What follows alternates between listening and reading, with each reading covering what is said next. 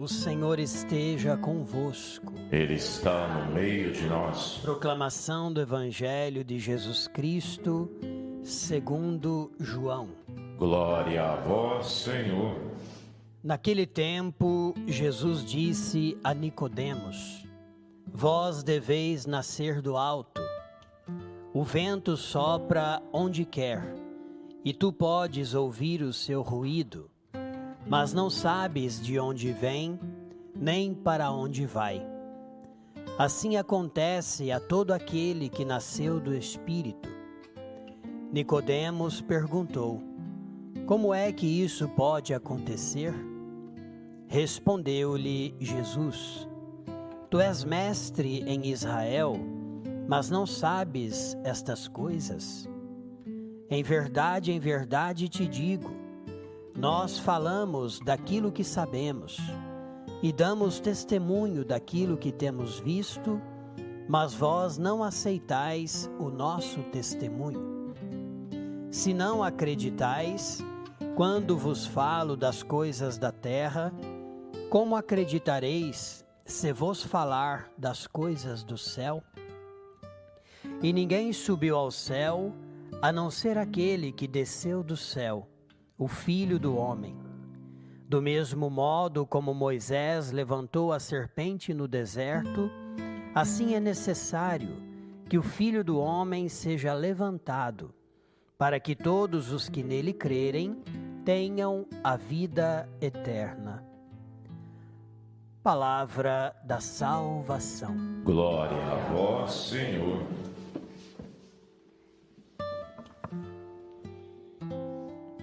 Ninguém subiu ao céu, a não ser aquele que desceu do céu, o Filho do Homem. Caríssimos irmãos e irmãs, nós estamos no tempo pascal, este tempo de alegria, este tempo onde nós meditamos na vitória do Senhor sobre todo o mal, sobre a morte, o pecado, o mundo, o demônio. Jesus ressurge gloriosamente. E neste dia a igreja nos propõe o Evangelho no capítulo 3, segundo São João. Esta passagem muito conhecida entre nós deste diálogo com Nicodemos. Nicodemos era este mestre que ensinava, este rabino, mas ele tinha por Jesus muita admiração. Ele tinha, de alguma maneira, uma abertura de coração para tentar compreender, de fato, se Jesus era realmente o Messias. E neste diálogo, Jesus afirma e diz para Nicodemos que era necessário nascer do alto. E logo depois desta afirmação de Jesus, Jesus nos traz o símbolo do vento. O vento sopra aonde quer e tu podes ouvir o seu ruído, mas não sabes de onde vem nem para onde vai.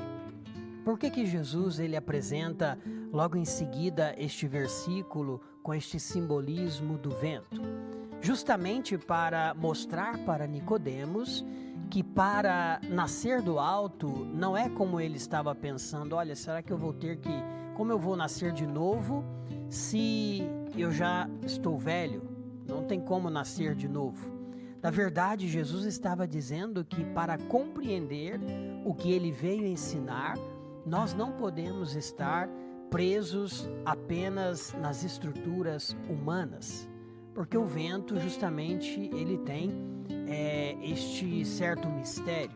Nós sentimos o vento, mas nós não sabemos de onde ele vem, nem para onde ele vai, ou seja, uma liberdade de Deus que atua na obra da criação. Portanto, quando Jesus diz que é necessário nascer de novo, Jesus está dizendo para Nicodemos que é necessário viver neste mundo, mas de uma forma livre para Deus.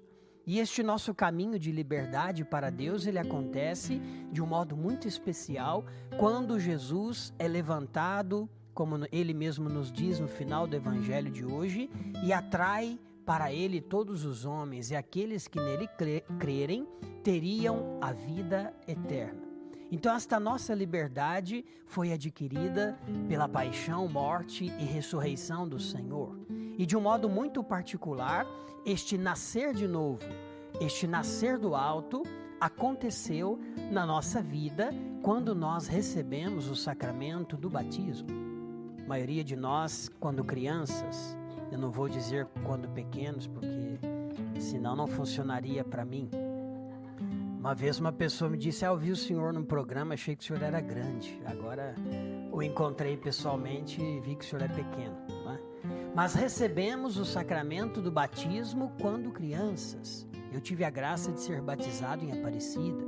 Meu pai foi caminhando durante 6 dias do sul de Minas Gerais até Aparecida para que eu pudesse ali ser batizado, porque eu tinha muitos problemas de saúde, tive 10 pneumonias em um único ano. Então, a nossa vida, ela é um contínuo milagre. E o batismo é o lugar onde nós participamos e fomos realmente libertos do pecado original, de todo o mal. E na verdade Jesus está dizendo para Nicodemos que a grande graça que nós recebemos a partir dele é viver a vida de um modo diferenciado. Porque se a partir do nosso batismo nós começamos este caminho de liberdade, movidos pelo Espírito Santo, que é simbolizado neste vento e que age como quer, da maneira que quer, significa que todo o nosso caminho em direção a Deus é continuamente um caminho para nos fazer livres. São Tomás de Aquino vai dizer que o homem só é livre quando ele vive de acordo com o projeto de Deus. Portanto, se você é casado, se você procura viver bem o seu matrimônio, você está caminhando na liberdade, porque a vontade de Deus é que você viva bem a sua vida matrimonial. Se você trabalha, se você estuda e procura fazer as coisas com amor, com dedicação, você está no caminho de liberdade, porque ali está a vontade de Deus. E aí nós nos perguntamos, mas esta liberdade, o que ela deve provocar no nosso coração, no nosso interior, no nosso itinerário de cada dia? Esta liberdade em Deus, que como eu disse e repito, iniciou-se no batismo e que vai crescendo à medida em que nós nos alimentamos da palavra, da Eucaristia, da confissão, dos demais sacramentos, ela precisa colocar no nosso coração, na nossa alma, o desejo do céu. Porque, na verdade, o Evangelho de São João, ele tem essa característica. Jesus fala das coisas do céu, Jesus fala das coisas sobrenaturais, enquanto as pessoas que o ouvem apenas assimilam a mensagem de Jesus como uma realidade terrena. Portanto, nós queremos hoje pedir a Deus esta liberdade de perceber que nós estamos caminhando para o céu. E esta liberdade nós a encontramos na primeira leitura dos Atos dos Apóstolos. É muito bonito porque a comunidade dos apóstolos, depois que ela experimenta a ressurreição, o Pentecostes, ela entra num profundo caminho de liberdade a ponto de vender as suas coisas para colocar tudo em comum. Eles partiam e compartilhavam do que tinham, ou seja, um ato de liberdade, de saber que estavam neste mundo, estavam nas coisas de cada dia, mas o coração estava livre em Deus. Isto significa nascer do alto, isto significa nascer de novo, isto significa deixar o vento, que é o próprio Espírito Santo de Deus, ir soprando na nossa vida, no nosso coração, na nossa existência, para que nós possamos caminhar sempre mais nesta via da liberdade.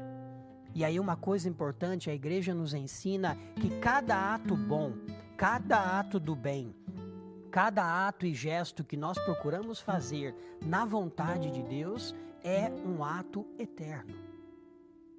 Portanto, diante de Deus, quando nós procuramos viver a sua vontade, viver bem o nosso cotidiano, nós estamos eternizando aquele nosso ato diante de Deus. E aí nós devemos hoje nos perguntar: como está o meu interior diante desta realidade da eternidade com Deus? Como eu vejo esta dimensão do céu, da vida eterna no meu cotidiano? Porque quantas dificuldades nós vivemos no dia a dia, quantas divisões, quantas situações difíceis, quantas situações desnecessárias as pessoas muitas vezes vivem no cotidiano justamente porque perderam de vista o nascer do alto. Perderam de vista o nascer de novo. Eu já fiz sepultura de pessoas indigentes. Eu me lembro uma vez que eu fui ao cemitério fazer outras exéquias e ali eu me deparei com uma senhorinha que estava num caixão de compensado, não era nem bem um compensado, era uma coisa ainda pior, bem estreitinho, deveria ter 1,5 centímetros de espessura, com 2 margaridas sobre o seu corpo. Não tinha mais nada, não tinha ninguém em volta dela. E aí eu fui atrás da pessoa e ela disse: padre, é uma pessoa indigente. Nós não sabemos de onde é, quem é, a família. E eu já fiz a sepultura e as exéquias de pessoas da alta sociedade. Mas o que diferencia a vida de uma pessoa é justamente no decorrer do seu caminho se ela entrou nesta via da liberdade em Deus. Se ela procurou no seu estado de vida, no seu trabalho, nas coisas de cada dia, fazer aquilo que Deus vai colocando no seu coração para que ela seja mais e mais livre. Porque a ressurreição de Cristo é justamente isto, é Jesus nos mostrando como aquilo que nós ouvimos na carta aos Tessalonicenses, no capítulo 3, quando o apóstolo Paulo vai nos dizer: buscai as coisas do alto, onde Cristo está escondido em Deus. Ou seja, depois que Jesus padece, é sepultado e é ressuscitado, ele nos mostra que o nosso lugar é no céu. Ele nos faz compreender que a nossa vida não é neste mundo. E por isso que Deus vai trabalhando em nós o despojamento. Pode perceber que sempre Deus coloca na sua vida alguma situação que parece que exige de você um desapego, um despojamento. A gente não deve ver aquilo como uma coisa ruim, mas nós devemos perceber que Deus está soprando o seu espírito. O vento de Deus está pairando sobre nós para nos mostrar que para entrar no céu, nós precisamos deixar muita coisa para trás. Nós precisamos deixar aquilo que ainda nos prende. E quanto mais nós entrarmos neste caminho de liberdade em Deus, quanto mais nós entrarmos nesta via de nascer do alto, de deixar que o batismo, que a Eucaristia, que a palavra, que a confissão, que os sacramentos nos reavivem, nos renovem, mais nós nos sentiremos e viveremos a felicidade. Por que os santos eram felizes? E olha para a vida dos santos, se algum deles não participou da cruz de Cristo. Se algum deles não viveu certas provações que humanamente pareciam impossíveis de serem vividas, e no entanto eram felizes. Porque a felicidade consiste justamente em caminhar para Deus na certeza de que o nosso lugar é no céu. Claro que é importante construir as coisas neste mundo, ter projetos, responsabilidades, trabalhar com afinco, tudo isso é importante, mas nada disso pode sobrepor ao desejo maior de Deus, que é nos fazer livres para Ele, para que nós possamos encontrá-lo um dia na eternidade.